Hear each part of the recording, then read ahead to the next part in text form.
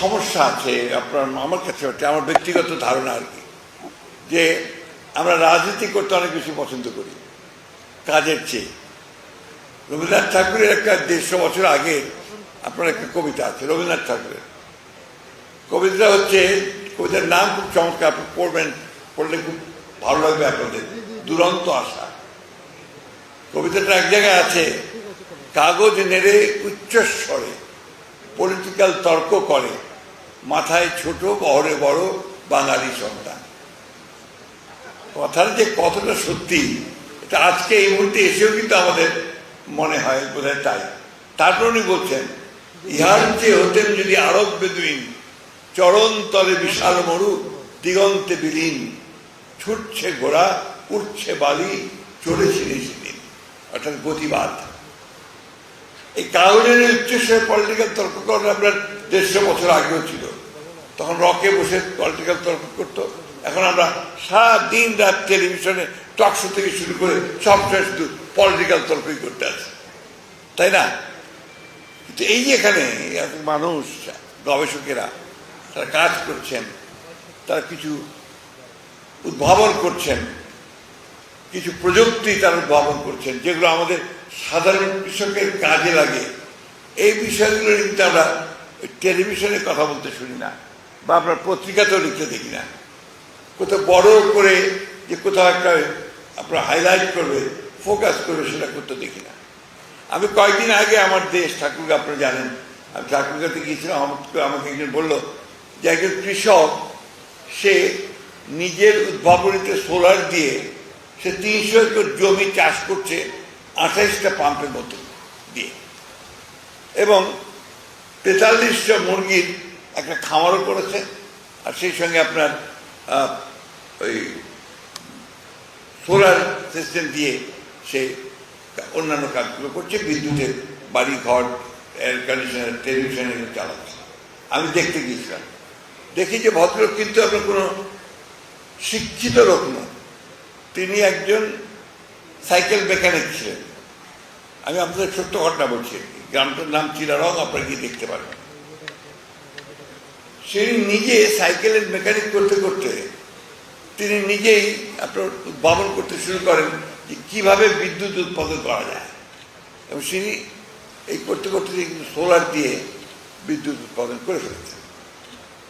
এই যে একটা মানুষ, সে আপনার একটা সাইকেল মেকানিক থেকে এখন স্বশিক্ষিত একজন গবেষক হয়ে একজন বিজ্ঞানী হয়ে গেল, বিদ্যুৎ উৎপাদন করছে সোলার প্যানেল দিয়ে, তার সব কিছু কিন্তু নিজে তৈরি করা। এটাকে কিন্তু আমরা কেউ হাইলাইট করে না। আমি বারবার করে ওখানে যারা ছিল রিপোর্টার, তাদের বললাম যে ভাই এগুলো একটু দেবেন তো ভালো করে পত্রিকায়। একটা না দুটো পত্রিকায় আসে, আর কোনো পত্রিকা আসে। এটাই সমস্যা। আমি যে কথা বলছিলাম, আমরা তর্ক করতে ভালোবাসি, আমরা রাজনৈতিক চিন্তা ভাবনা নিয়ে আমরা বেশি চিন্তা করি সবাই। আমাদের একেবারে যে রিক্সা শ্রমিক, সেই ভাইটা থেকে শুরু করে আপনার একদম টপে যারা, তারাও রাজনীতির কথা বলে। এমনকি আপনি দেখবেন গ্রামে 2-3টে আপনার গুমটি ঘর আছে, আপনার চায়ের দোকানে, ওখানে আপনার টেলিভিশন দেয়, ওকে বসে গল্প করে, ওখানেও দেখবেন শুধু রাজনীতির কথাই হয়।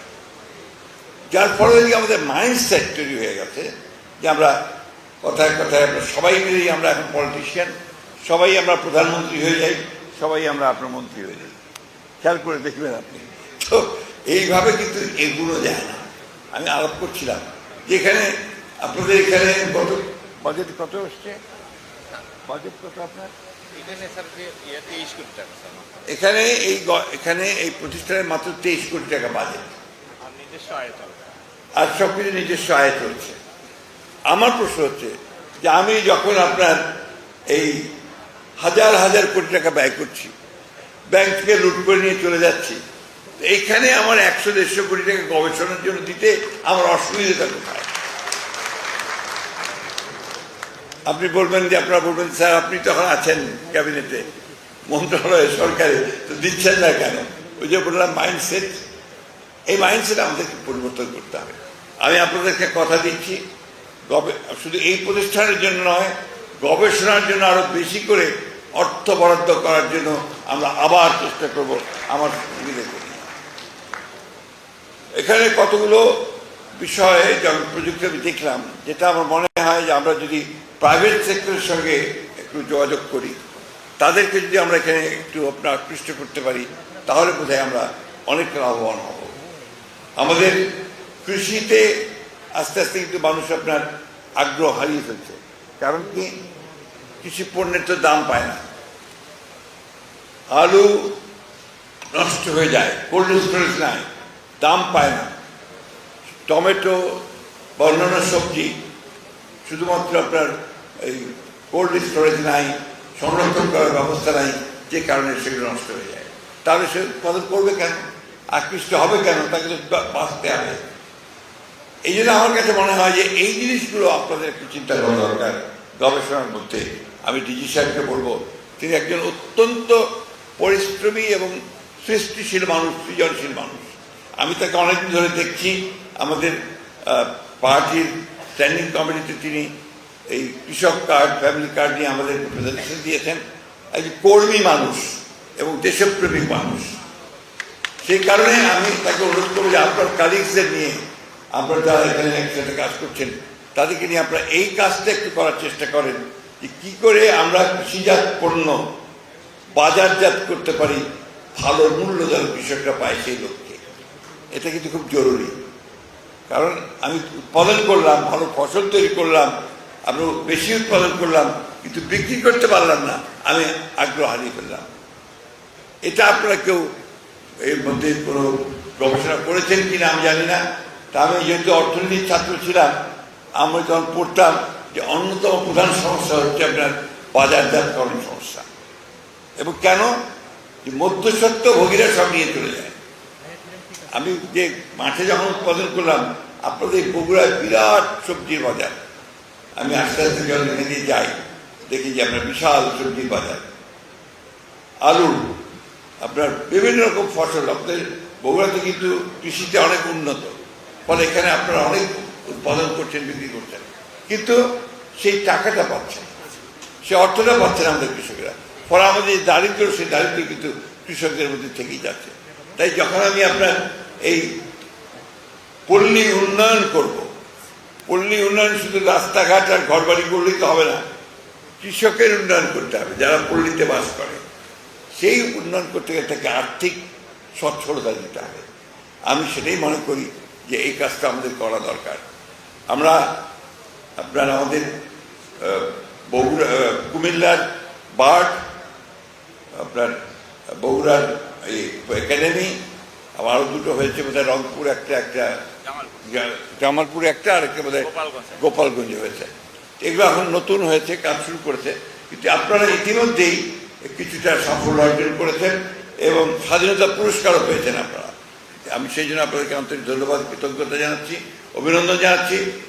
আমি খুব আত্মবিশ্বাসী মানুষ এবং আমি মনে করি যে আশাবাদীও মানুষ, যে আমরা আপনাদের যে নেতৃত্ব এখানে আপনারা পেয়েছেন, আপনাদের মহাপরিচালক সাহেব এখানে যিনি আছেন, অত্যন্ত পরিশ্রমী লোক এবং সৃজনশীল লোক। তার নেতৃত্বে আপনারা এটাকে আরও উঁচুতে নিয়ে যান। উঁচুতে নিয়ে যেতে পারবেন তখনই সফল হবেন যখন আপনারা আপনাদের উদ্ভাবিত প্রযুক্তিগুলোকে ডিসেমিনেট করতে পারবেন, কৃষকের কাছে নিয়ে যেতে পারবেন এবং একই সঙ্গে কৃষককে আরও উন্নত হবার চেষ্টা করতে পারবেন, সুযোগ করে দিতে পারবেন। আমি বক্তব্য বাড়াবো না, আমি শুধু আপনাদেরকে এইটুকু অনুরোধ করবো, এই বিষয়গুলোর দিকে আপনি একটু নজর দেন। আপনারা ভালোভাবে যেন বাজারজাত করা যায় কৃষি পণ্য, সেই কীভাবে করা যায় তার উপরে গবেষণা করেন। যেমন আমার কাছে মনে হয়, আমার যে কথা বলছিলেন কিছুক্ষণ আগে সিরাজ সাহেব, ছেলেরা শুধু চাকরি চায়, আরও একটা ব্যাপার আছে, আর ঠিকাদারি করতে চায়। খেয়াল করে দেখবেন সিরাজ ভাই একটু শোনেন, আপনি বললেন না ছেলেরা শুধু চাকরি চায়, আমি আরেকটা জিনিস দেখি, ঠিকাদারি করতে চায়। ওদের ডিপার্টমেন্টে ঠিকাদারি করবে। আমি বলছি ওসব বাদ দিয়ে তোমরা ব্যবসা করো না, করো, যে কথা আপনি বললেন, ছোট ছোট উদ্যোক্তা হও। আপনার যে এখন গভর্নমেন্ট অনেক সুবিধা করে দিয়েছে যে আপনি ব্যাংক সুবিধা পাবেন যদি কৃষিতে কোনো কাজ করতে চান, ছোট ছোট আপনি কোনো ইনভেস্টমেন্ট করতে চান। মার্কেটিং করার জন্য আপনি ছোট ছোট ফ্রিজিং ভ্যান নেন না কেন? বগুড়াতে এই প্রোডাক্টসগুলো নিয়ে আপনি ঢাকায় চলে যান, এখানে যখন 10 টাকা দাম, ঢাকায় তখন আপনার 80 টাকা দাম, 100 টাকা দাম। তাহলে আপনি যদি নিতে পারেন, এই কোম্পানি যদি তৈরি করতে পারেন, আপনি তো ইজিলি মাসে 10-12 লাখ টাকা আয় করতে পারবেন, এ ব্যাপারে কোনো সন্দেহ নেই। তো একটা লোক, একটা ছেলে যদি সে আপনার 10-12 লাখ টাকা মাসে আয় করতে পারে, তার তো আর বেশি দরকার হয় না। এই জিনিসগুলো আমাদেরকে আমাদের গবেষণার মধ্যে, আমাদের কাজের মধ্যে নিয়ে আসা দরকার। আমি আবারও বললাম যে আমি খুব আশাবাদী মানুষ। এই বয়সে এসে আমার মনে হয় যে আরও যদি কিছু বেশি সময় পাওয়া যেত, তাহলে আরও কিছু কাজ করার সুযোগ পাওয়া যেত। আসুন আমরা সবাই মিলে আমাদের দেশটাকে করার চেষ্টা করি। খুব হতভাগা দেশ, আমরা বারবার ঝামেলা হয়। এই আসলে একবার আমেরিকা আসলো, সবাই ভাবলো 10 টাকা সে চাল খাওয়াবে, একদম সোনা বানিয়ে দেবে দেশটাকে, ঠিক না? অথচ 15-16টা বছর ধরে এমন লুট করলো। আমি যখন আপনার 17 বছর পরে আমার এলাকা থেকে গ্রামে গেলাম, গিয়ে দেখি একটা রাস্তাও নাই, স্কুলগুলো ভেঙে পড়ে যাচ্ছে। তাহলে 17 বছর ধরে করলো নাকি? পরে খোঁজ নিয়ে দেখছি বিভিন্নভাবে যে আমাদের এজিএনিতে পিরোজপুর বলে একটা জেলা আছে, আপনার জানেন, নাম জানেন সবাই, সেখানে 3,500 কোটি টাকার একটা প্রজেক্ট, একটা ইট বসেনি, কাগজের কলমে 3,500 কোটি টাকা লোপাট। এই কাজ করে গেছে গত সরকার, আওয়ামী লীগ সরকার। এইগুলোকে বন্ধ করে দিয়ে আজকে আমাদেরকে কাজ করে সামনের দিকে যেতে হবে। আমরা ঝগড়াঝাটি কম করি, ঠিক আছে, আপনার পার্লামেন্ট হয়েছে, পার্লামেন্টে ডিবেট করি, রাস্তায় আন্দোলন অনেক হয়েছে, এখন কম করি, করে দেশটাকে উঠে পড়ে টেনে তোলার চেষ্টা করি। পার্থক্যটা হচ্ছে যে আওয়ামী লীগ ধ্বংস করে দিয়ে গেছে যায় বরাবর, আর বিএনপি ওখান থেকে আবার গড়ে তোলার চেষ্টা করে। যখন গড়ে তুলে একটা জায়গায় নিয়ে যায়, তখন আবার সেটাকে ফেলে দেওয়া হয়। এই করতে গিয়ে কিন্তু আপনার দেশটা আর এগুতে পারে না। আজকে কিছুক্ষণ আগে একটা আপনার সারনাটা দেখাচ্ছিলেন, যেটা এখন আমরা এখানে দেখলাম 100 বছর আগে বলেন আপনি, সেটা চালু হয়েছে, অথচ আমরা এখন দেখছি সেটা এইভাবে। এটা আমরা কথাগুলো বলছি যে আমরা দেশটাকে আগিয়ে যাওয়ার চেষ্টা করি, আমাদের কাজগুলোকে করার চেষ্টা করি, আমরা যেখানে আছি সেখানে কাজগুলো করার চেষ্টা করি, তাহলেই আমরা এগিয়ে যেতে সক্ষম হব। আমাদের ইয়াং জেনারেশন অনেক ভালো, অনেক সৃজনশীল, অনেক উদ্ভাবন করতে পারে, কাজ করতে পারে। এই ইয়াং জেনারেশনকে আমাদেরকে সঠিক পথে নিয়ে যেতে হবে। আমি অনুরোধ করব আপনাদের কাছে, আপনার এখানে যেহেতু সবাই সৃজনশীল মানুষ, সবাই লেখাপড়ার সঙ্গে জড়িত, শিক্ষার সঙ্গে জড়িত, সবাই মিলে আমরা চেষ্টা করি যে আমরা আমাদের নিজের কাজটাকে আরও প্রসার করি, সামনের দিকে নিয়ে যাই।